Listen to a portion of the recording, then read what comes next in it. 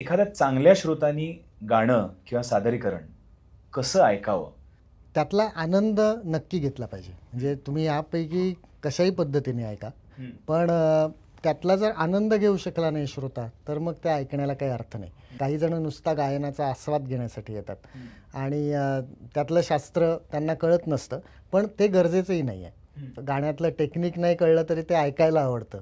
तर हे महत्त्वाचं आहे सगळ्यात. आता त्यातले जे संगीताचे विद्यार्थी असतील, त्यांनी जरूर त्यात थोडंसं त्या प्रकारे ऐकलं पाहिजे.